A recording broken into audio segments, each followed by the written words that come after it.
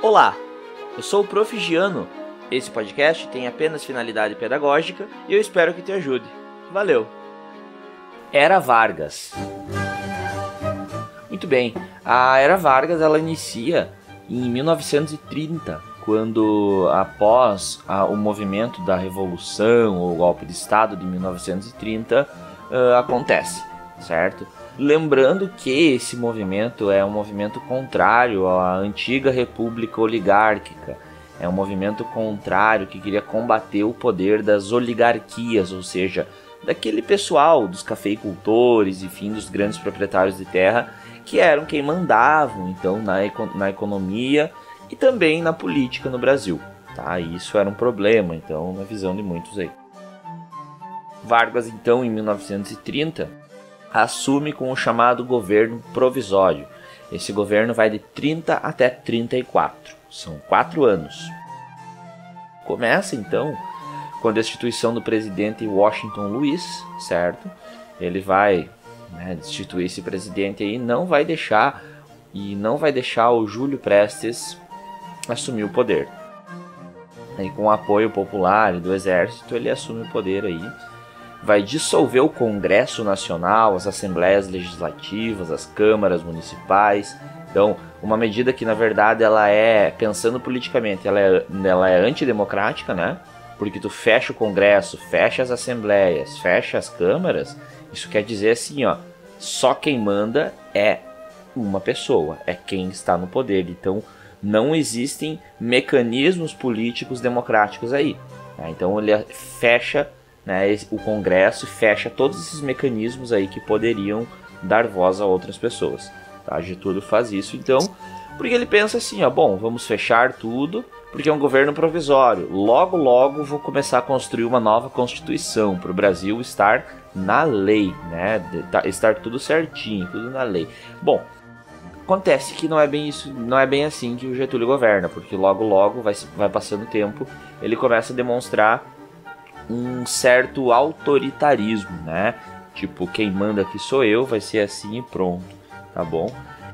Obviamente, nesse primeiro governo aí, ele vai se aproximar, então, tá? Ele vai se aproximar dos trabalhadores.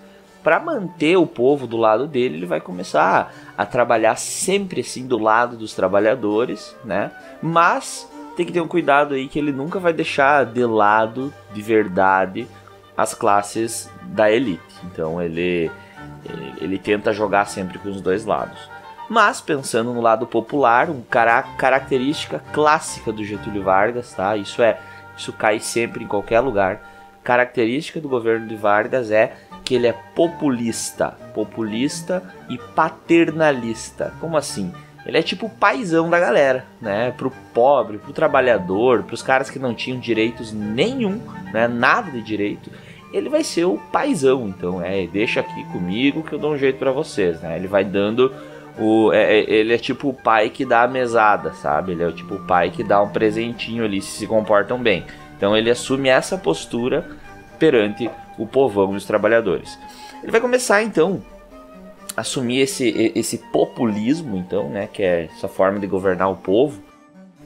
Dando alguns direitos aí para os trabalhadores, tipo jornada de trabalho diária de 8 horas apenas, né, porque antes havia uma grande exploração, as férias anuais remuneradas, claro, é bem menos do que hoje, né, mas enfim, já tinha férias aí, as mulheres e crianças não podem trabalhar em período noturno, em locais perigosos, enfim, ele dá uma limitada ali como aquilo que acontece na Revolução Industrial na Inglaterra no início também. Tá? Aqui no Brasil a indústria não tinha uma regulamentação, não tinham leis que regulamentassem o trabalho do operário, então o Getúlio chega para organizar aí essa questão. Né? Mas, bom, por outro lado, ele fazia isso para se manter no poder, para ser o cara que manda. Né? Se ele é o paizão, vamos pensar naquela ideia paternalista, né? Que tem o homem que manda. Então ele se colocava assim, né, politicamente. Isso daí vai desagradar muita gente, porque ele vai botar os governadores do estado, ele vai dizer assim, ó, quem vai estar no estado agora são meus fachos, meus brothers, né? Então ele bota os interventores que ele quer para governar cada estado. São Paulo vai se revoltar com isso e pelo fato de não ter uma constituição. Vão achar muito desagradável essa questão de chegar ao gauchão acabando com o poder dos paulistas, né? Acabando com os cafeicultores.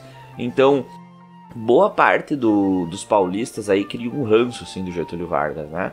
Ele é um inimigo, praticamente. Enquanto os gaúchos batem palma, os paulistas vaiam ele.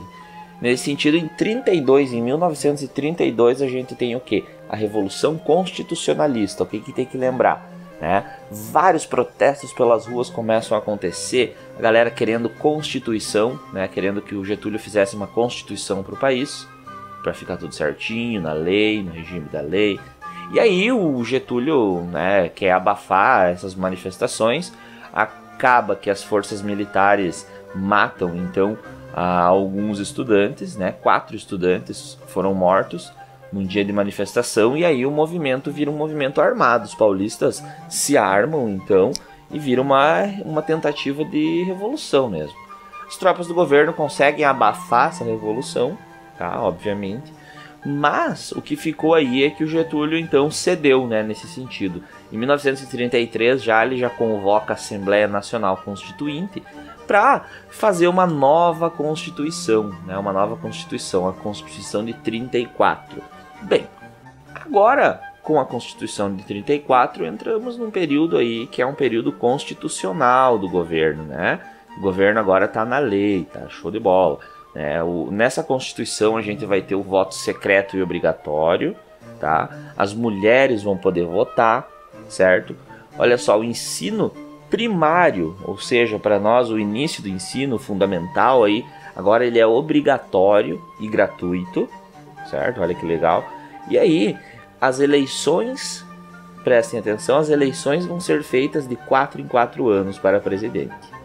Só que, né, nesse momento a Câmara elege o Vargas para ser o primeiro agora a contar a partir de 34, né? Como se ele não estivesse antes. A partir de agora começa o Getúlio Vargas, de verdade, na lei, né?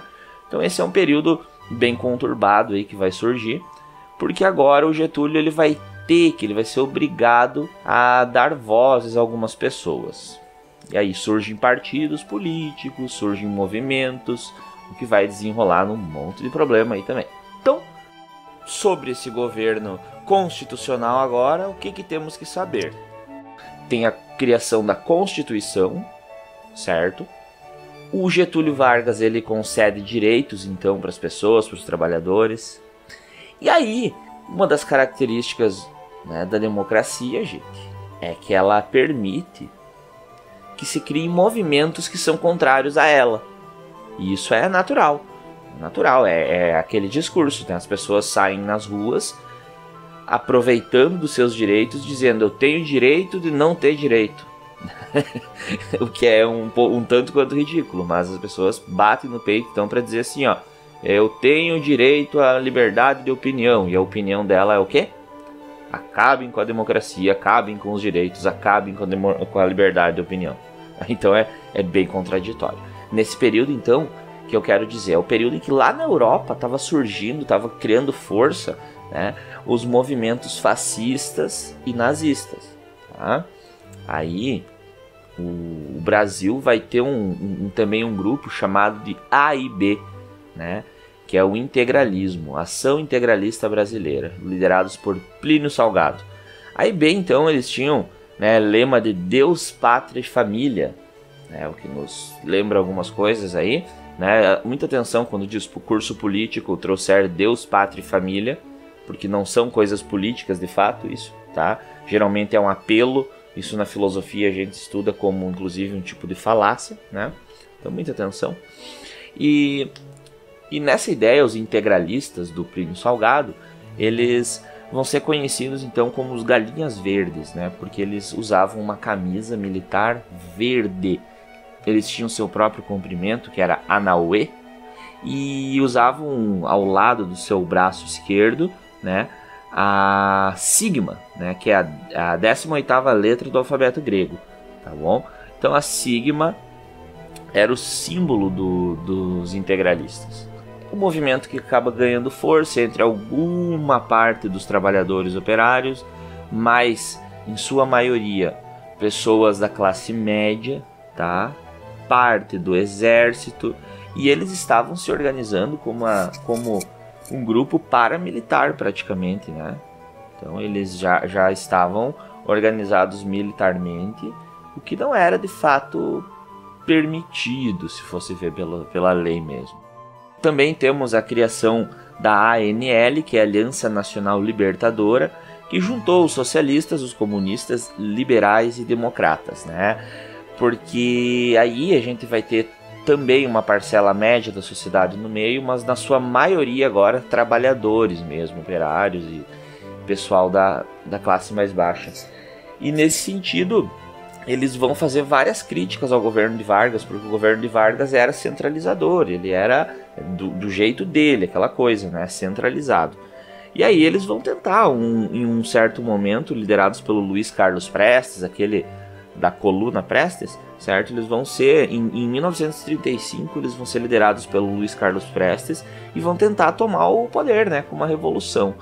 Esse golpe, essa tentativa é a chamada de intentona comunista, o que vai fazer o Vargas então ficar em alerta, né? O país, né, pela lei da segurança nacional, vê bem, ó, presta atenção, pela lei da segurança nacional, agora o país está em alerta, está em estado de sítio, né? Ou seja, qualquer coisa aí é desculpa para meter bala também, né? Bom, ainda vai haver o tal do Plano Correm, né? Que no final desse governo, o que acontece? Em 1937, não tinha fechado ainda o mandato do Getúlio Vargas, não deram os 4 anos. Quando fechassem os 4 anos, haveriam novas eleições e ele não poderia ser reeleito, né? Pelas leis da Constituição. Então o que acontece?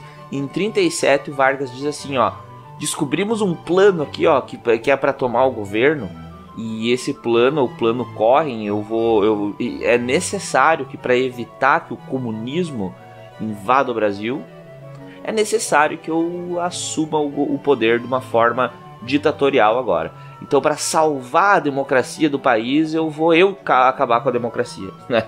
E aí, então, acontece mais ou menos isso. Bom, se o comunismo está ameaçando o Brasil, vamos implantar uma ditadura aqui. Novamente, um tanto contraditório isso, mas vamos lá, né?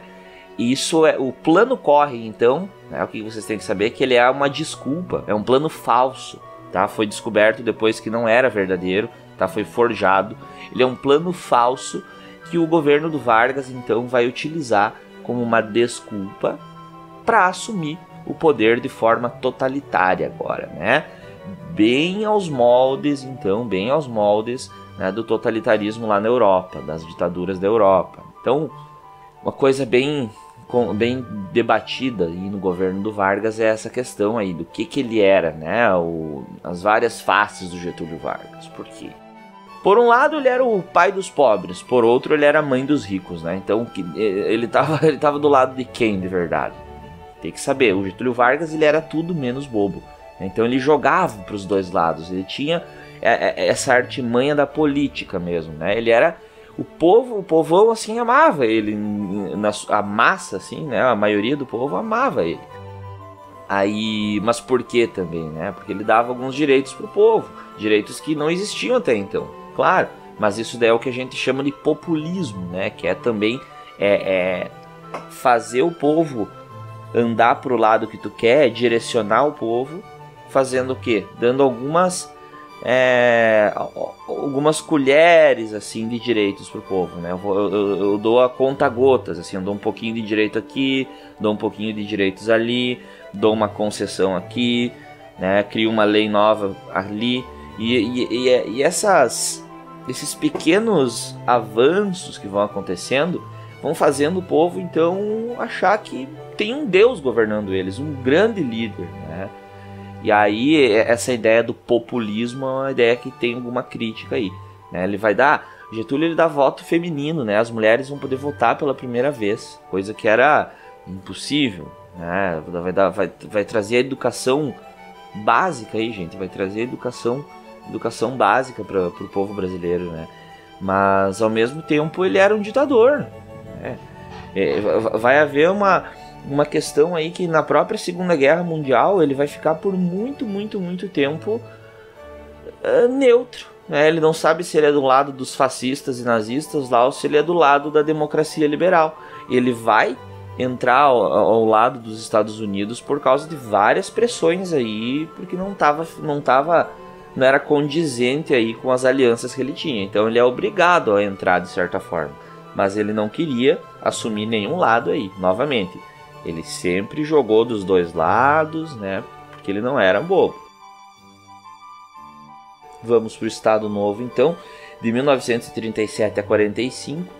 Essa é a última fase aí da chamada Era Vargas, mas não quer dizer que acaba Getúlio Vargas, ele volta ainda depois em outro momento, tá?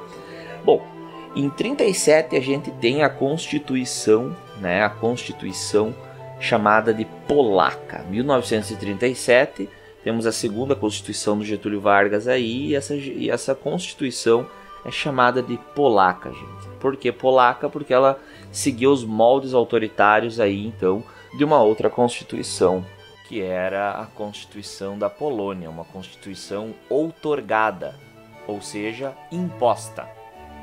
O governo do Getúlio Vargas vai se dar agora através de decretos, ou seja, em outras palavras, ele decide um dia que vai ser assim e vai ser assim, né? Ele cria as ideias, as leis, as coisas, ele vai descendo de cima para baixo. E as pessoas aceitam, né? Os estados agora, estado, né, Rio Grande do Sul, Paraná, Santa Catarina, enfim, os estados nesse momento vão perder autonomia, o governo é mais centralizado ainda, totalmente centralizado nas mãos do Getúlio Vargas, ele virou ditadorzão agora, tá? E ele vai fazer o quê? CLT, seriam a consolidação das leis trabalhistas em 43. Ele vai proibir a greve. Então antes as pessoas tinham direito de greve, ele vai dizer que não pode mais. E não pode mais por quê? Porque ele deu direito para as pessoas. É ele que manda. Nos sindicatos é ele que decide como é que vão funcionar, né? Ele cria o IBGE nessa época, conhecido IBGE, isso é importante saber, né? Instituto Brasileiro de Geografia e Estatística, em 38. Temos a Companhia Siderúrgica Nacional e temos a Vale do Rio Doce, né? Então, toda essa questão da indústria, da industrialização do Brasil aí, passa pelas mãos do Getúlio Vargas, tá? Ele é um cara que vai fortalecer muito a indústria. Também pensando por esse lado, é muito fácil tu tomar essas medidas se tu não ouve a opinião de ninguém, né? Tu pega e faz, daí é tranquilo. É que nem fazer um trabalho em grupo ou fazer um trabalho sozinho. Quando você vai fazer um trabalho sozinho na escola, bom, é a tua ideia e pronto, tu faz aquilo que tu pensou e acabou, né? Trabalhar democraticamente é muito mais difícil, né? É um desafio para nós. Bom, e muito importante também é o DIP. Nessa época o DIP pega solto, porque o DIP é o Departamento de Imprensa e Propaganda. É a mídia, basicamente é a mídia do governo agindo em nome do governo, ou seja, falando, né, para o povo, mostrando para o povo, contando para o povo tudo aquilo que o governo faz de bom e engrandecendo seus feitos, né? Então esse departamento de imprensa e propaganda vai fazer o quê? Vai engrandecer o Getúlio Vargas de um jeito assim, ó, quase como que um deus, né? E vai funcionar. E, claro, as coisas ruins não aparecem. Por que em ditaduras não existe corrupção? Porque é o Estado que manda na mídia, na imprensa. E eles nunca vão falar, né? Eles nunca vão mostrar, eles nunca vão, né, mostrar para o povo, então, casos de corrupção, por exemplo, ou coisas ruins. Então, é óbvio, né, que nas ditaduras o governo pode parecer para alguns a coisa mais maravilhosa do mundo, tá? Temos a clássica imagem do Getúlio com as crianças, né, que mostra ele como um pai do povo, né, o líder que é carismático, que conquista as pessoas, certo? Mas é aquela coisa, por outro lado, o Getúlio fez tudo isso com forte repressão, né? Quem não curtia as coisas como ele queria, né, era perseguido, na própria intentona comunista foram torturados, mortos, né? Enfim, então o Getúlio, ele não é flor que se cheire nesse sentido aí também. Ele é carismático, mas também ele é, né, autoritário. Bom, chega um momento em que o Getúlio precisa renunciar, porque passa o tempo do Estado Novo aí, e em 1945, findando ali a guerra, o Getúlio ele precisa renunciar. Pressões externas e pressões internas, né, vão fazer com que ele desista e saia do governo. Ele começa a perceber que lá fora, nos outros países, estava pegando mal, porque assim, o Getúlio ele lutou na Segunda Guerra Mundial, ele botou o Brasil na Segunda Guerra Mundial ao lado dos países capitalistas liberais, né, em que existia uma democracia, para lutar contra as ditaduras fascistas. E como assim que dentro do país dele existia uma ditadura? É uma coisa contraditória. Então, existia uma pressão externa para o Getúlio democratizar a coisa, né? O governo não deveria ser uma ditadura. E ao mesmo tempo, dentro do país existiam rumores aí, um possível golpe de Estado se articulando contra ele, e aí muita gente era a favor dele, poderia criar um racha, e o Getúlio achou melhor renunciar. Quando ele falou em renunciar, surge o movimento do queremismo. Queremismo, de querer, de queremos, né? É um movimento então que defendia a permanência do Getulhão. Queriam que o Getúlio ficasse no poder, né? Então várias placas foram erguidas, né? Que era queremos Getúlio, né? Com ou sem Constituição, pode ser ditadura até, queremos igual, né? O povo tava loucaço para ver como que virou uma febre essa ideia do Getúlio também. Então assim, ó, por alguns ele é odiado e por alguns até hoje ele é amado, Getúlio. Assim, é uma questão muito polêmica o Getúlio Vargas, né? Mas ele decide então sair sim, porque senão ia dar uma guerra civil no país, ele tinha algum senso de responsabilidade, e aí ele sai, né? Sai da presidência. E quem assume agora com novas eleições é o Eurico Gaspar Dutra, o então ministro da guerra do país, né? Mas agora é um militar que assume o poder, mas ele é votado e tudo mais. E iniciamos aí um outro período, né? Um período mais democrático no país. E para quem tá um pouco interessado no Getúlio, Getúlio volta ainda. Tem muita história sobre o Getúlio, tá? Tem muita história, certo? Então, basicamente era isso sobre a Era Vargas, de forma bem resumida e generalizada, tá?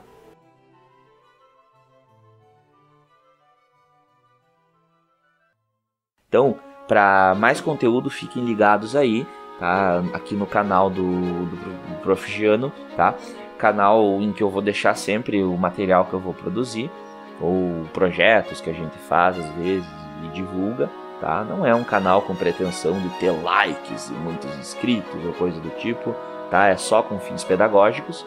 No Spotify vocês podem achar um podcast que eu tenho, que é o Covil da Maiêutica, tá? Vocês podem então descobrir e aprender sobre assuntos diversos aí, tá? Também estamos no YouTube com o Covil da Maiêutica, pode se inscrever lá. E para quem já é meu aluno e conhece, né? Temos o perfil educacional meu lá no Instagram. Falo temos porque ele não é só meu, ele é na verdade dos que participam, né? Então quem tá lá sempre me ajuda, interage nas enquetes, e as postagens do meu perfil são sempre relacionadas ao que vocês votam nas enquetes, tá? Então era isso por enquanto, valeu, brigadão, um abraço, falou!